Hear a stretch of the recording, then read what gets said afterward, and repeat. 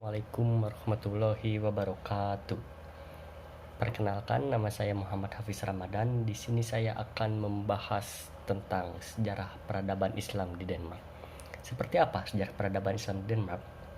Kita mulai dari biografinya dulu, ya. Demografi negara Denmark. Denmark adalah negara yang merupakan negara yang terletak di selatan Skandinavia yang mempunyai luas wilayah 43.092 km kubik.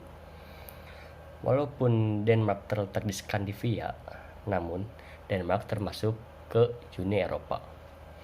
Denmark berbatasan dengan Laut Baltik dan Laut Utara. Denmark juga memiliki semenanjung yang terhubung dengan Jerman dan pulau-pulau kecil lainnya. Denmark terletak di antara 54 derajat dan 57 derajat lintang utara dan 8 derajat dan 15 derajat bujur timur. Di sebelah selatan negara Denmark itu terdapat negara Jerman. Lalu di sebelah utara itu terdapat negara Norwegia yang dibatasi oleh Selat Kattegat, dan di sebelah timur terdapat negara Swedia yang dibatasi oleh Selat Skagerrak. Lalu di sebelah barat Denmark itu terdapat Laut Utara. Lalu selanjutnya di sini ada sejarah peradaban Islam, ya, di Denmark. Sejarah masuknya Islam di Denmark itu seperti apa? Islam masuk ke Denmark itu melalui 3 gelombang. Yang pertama pada tahun 1967 yang berawal dari imigran yang berasal dari Turki, Yugoslavia, lalu Maroko dan Pakistan. Yang kedua pada tahun 1980 itu terjadi imigrasi besar-besaran juga. Pada tahun 1980 itu imigran tersebut berasal dari Iran, Timur Tengah, dan Afrika. Lalu pada tahun 1990 terjadi lagi imigran besar-besaran gelombang 3 yang berasal dari Yugoslavia. Di saat imigran terus masuk ke Denmark itu terjadi beberapa politik, ya, beberapa keburukan di saat itu juga yang membuat pemerintah bingung dengan dana untuk para migran umat Islam tersebut. Lalu selanjutnya adalah jejak-jejak peradaban Islam di Denmark. Pada tahun 1978 itu pada awal perlembagaan Islam di Denmark itu, pemerintah Denmark sudah memulai dengan pembuatan sekolah-sekolah khusus untuk Islam dengan memberikan subsidi kepada masyarakat Islam di Denmark. Pada tahun 1978 itu adalah sekolah yang pertama kali didirikan di negara Denmark. Lalu dikembangkan lagi pada tahun 1980 dan terus berkembang pada tahun 1990. Pada tahun 2004 terdapat 8 sekolah Islam di Denmark dan terdapat 4.000 orang murid yang beragama Islam di Denmark dari sekitar 30.000 murid dari keseluruhan yang ada di Denmark. Lalu salah satu jejak peradaban Islam di Denmark itu adalah pembangunan masjid. Masjid dibangun pertama kali di Denmark itu pada tahun 1970 dengan membangun 12 masjid dari pemerintah yang memberikan subsidi kepada masyarakat Islam. Lalu dikembangkan lagi dengan membangun 35 masjid lagi pada tahun 1980. Dan setelah itu dikembangkan lagi pada tahun 1990 dengan membangun 12 masjid. Lalu pada tahun 2000 sampai 2005 terdapat pembangunan lagi dari pemerintah dengan memberi subsidi kepada masyarakat Denmark yang beragama Islam dengan membangun 16 masjid yang dibangun. Jadi seluruh masjid yang ada di Denmark pada saat itu bersekitar 105 masjid yang beraliran Sufi dan Syiah pada saat itu. Lalu di sini terdapat tokoh dan organisasi Islam di Denmark ya. Yang pertama itu adalah Diyanet. Diyanet atau yang biasa disebut Diyanet Isleri Islam Belgrade adalah salah satu organisasi Islam Turki di Denmark. Diyanet adalah salah satu organisasi yang berpartisipasi dalam pembangunan masjid pada tahun 1970 dan 1980. Lalu di sini ada organisasi yang bernama Sufi Sulaimani. Sufi Sulaimani ini adalah suatu organisasi yang beragama Islam yang didirikan pada tahun 1980 dan mulai berpartisipasi dalam pembangunan masjid pada tahun 1987. Lalu selanjutnya ada organisasi yang bernama Miligorus. Itu adalah organisasi Islam juga. Miligorus itu adalah salah satu organisasi yang menentang ideologi organisasi Diyanet. Lalu selanjutnya adalah Minhajul Quran. Nah, di sini adalah salah satu organisasi yang penting ya di sejarah peradaban Islam, yaitu Minhaj ini didirikan pada tahun 1980 dan dikembangkan lagi pada tahun 1985 dengan membuat cabang khusus laki-laki dan perempuan di organisasi tersebut. Setelah itu dikembangkan lagi pada tahun 1987 dan terus dikembangkan lagi pada tahun 1989. Lalu selanjutnya ada organisasi yang bernama Tabligh di Denmark.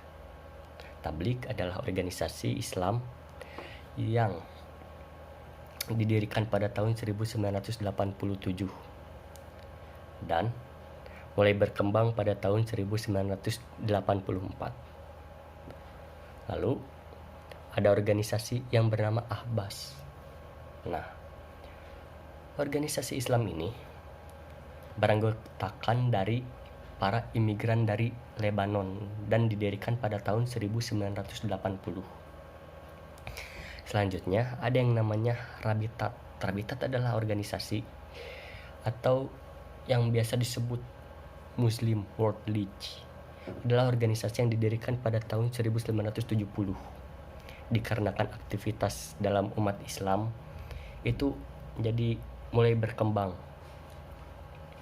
dengan berpartisipasi dalam pembangunan masjid pada tahun 1983. Lalu selanjutnya ada organisasi yang bernama Ahmadiyah. Ahmadiyah didirikan pada tahun 1967. Organisasi ini adalah organisasi yang pertama yang menerjemahkan Al-Quran dengan bahasa Denmark. Selanjutnya adalah ada tokoh-tokoh Islam di Denmark ya. Yang pertama itu adalah Ahmed Abu Laban. Ahmed Abu Laban itu atau yang biasa orang-orang Eropa memanggilnya dengan Mr. Islam adalah salah satu tokoh Islam di Denmark yang sangat terkenal akan integritas dan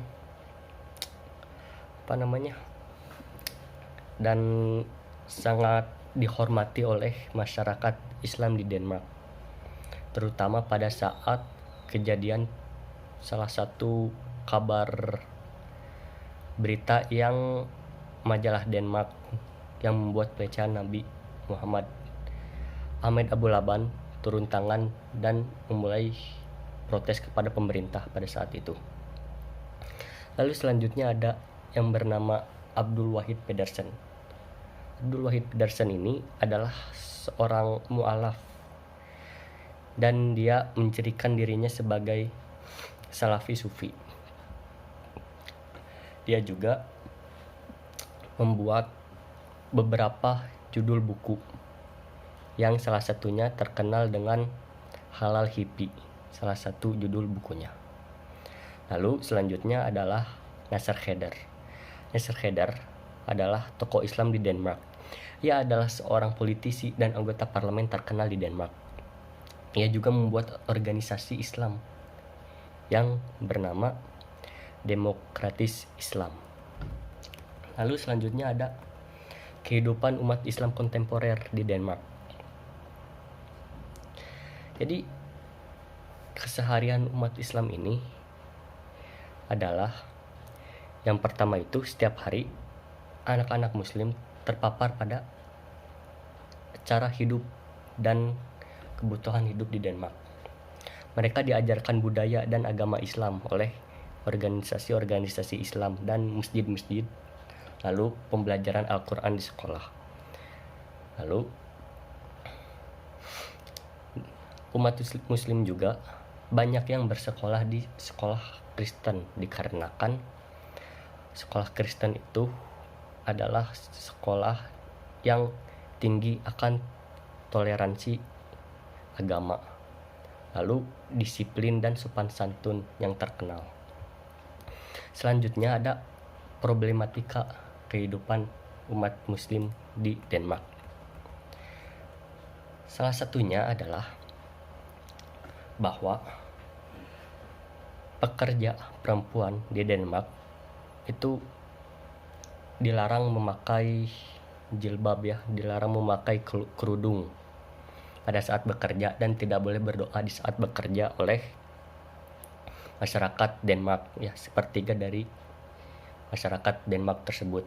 Itu adalah salah satu problematikanya. Lalu yang selanjutnya, pada tahun 2005, pada tanggal 30 September yang lebih tepatnya seperti itu, dalam surat kabar Denmark itu yang bernama Jyllands-Posten menerbitkan tentang pelecehan karikatur Nabi Muhammad yang menimbulkan berbagai protes dan demonstrasi umat Islam kepada pemerintah Denmark. Di sini salah satu tokoh Islam yang terkenal yaitu Ahmed Aboullaban itu memberikan protes kepada Perdana Menteri Denmark dan menyatakan keberatannya atas pelecehannya itu. Lalu pada tahun 2006 itu terjadilah perbincangan antara 21 duta besar Denmark dengan tokoh-tokoh organisasi Islam di Denmark. Mereka membuat solusi dengan menyatakan bahwa koran atau surat berita Denmark yang melecehkan Nabi Muhammad dan agama Islam itu membuat minta maaf. Dan pada tahun 2006 itu situasinya sudah mulai stabil dengan adanya perundingan dari 21 duta besar Denmark dan beberapa tokoh Islam di Denmark. Seperti itu yang saya bahas. Jadi yang menarik dari sejarah peradaban Islam di Denmark ini adalah bahwa Denmark itu adalah negara yang mempunyai toleransi yang tinggi dalam perbedaan agama, dan Denmark itu adalah salah satu negara dengan kejujuran yang tinggi di Eropa. Jadi kita sebagai umat Islam itu juga harus, apalagi dengan negara Islam, juga harus menjunjung tinggi kejujuran juga dan toleransi juga dengan perbedaan agama. Seperti itu yang ingin saya sampaikan. Mohon maaf ada salah-salah kata. Wassalamualaikum warahmatullahi wabarakatuh.